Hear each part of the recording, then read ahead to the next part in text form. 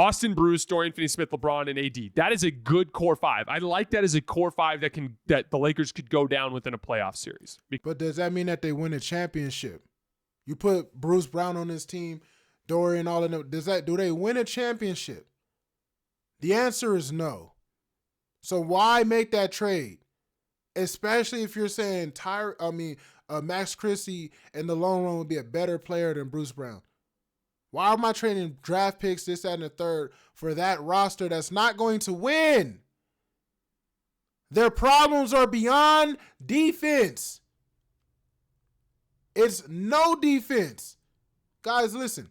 There's good big defense, there's bad defense, and then there's no defense. And that is what LeBron James is. No defense.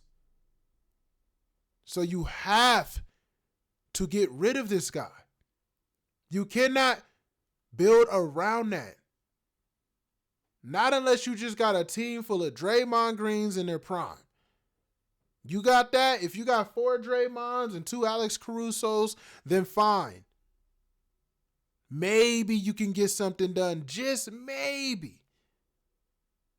But realistically, hell no. And it's not happening. And honestly, they're going to get so tired of LeBron and trying to hold him accountable, they'll either get traded in the process.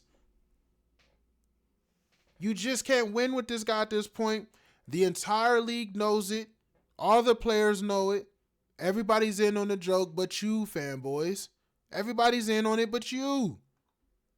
Because Bruce and Dorian are guys that have the ability to function within a 5-man group offensively while both being really useful defensive players at their position while bringing different abilities to the table. I think Bruce is better guarding guards. I think Dorian Finney-Smith is better guarding forwards. So it's kind of like a natural kind of like pairing between the two of them. But at the same time, Dorian can slide his feet a little bit. Bruce can bang with the larger players on the floor as well a little bit, right? So like there's some switching. And when the Lakers trade their draft picks for this horrible lineup and then wind up losing, everybody's going to be complaining, but the real reason why they're going to lose is because you just gave up so much offense by basically getting rid of everybody else on this team for the players that you named. You're going to just give up offense just like you did with D'Lo. You see how the team got worse, guys? How the Lakers got worse after trading D'Lo? They became a worse team because he had the best plus minus on the roster while LeBron has the worst. That's the type of stuff I'm talking about. Ability there as well. And then you've got your Austin, LeBron, Anthony Davis, and it depends on those 3 guys to carry things offensively. But that was going to be the case regardless. If your goal was to win the championship, you were going to need LeBron, AD, and Austin to all play great, right? Then you'd have depth at key position groups. So Austin has a clear backup in Colin Sexton after that type of trade.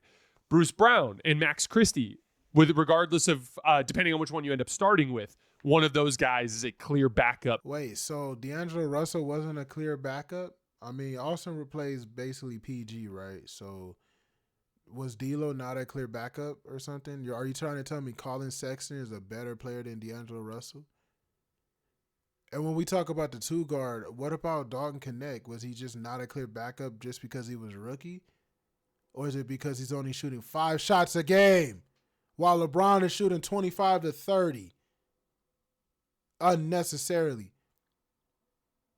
Rookies can't develop if they're not getting no reps. And by the way, this rookie's like 23 years old. Pretty much got his dough frame body. Are you telling me Max Christie's not a good enough backup? Was he? I'm curious. I don't know where all of a sudden everybody's not a good backup. For the other, right? Now, backup forwards, it gets a little thin there, right? You'd have Dalton Knecht, Jonathan Mogbo coming back in the Raptors deal, just a kind of a young athletic forward who does some things well, he has a lot of weaknesses, but he can just be a depth piece for you at the forward spot. Christian Wood, if he can come back healthy.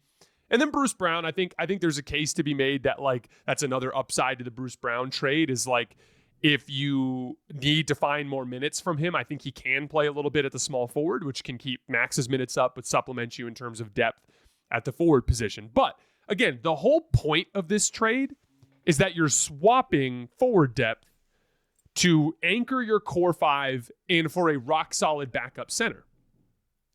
when you have a rock solid backup center, a guy like a Walker Kessler, it anchors you physically in a way that allows you to be smaller at other positions. Remember, like Walker's just like one of the most physically imposing players in this league. He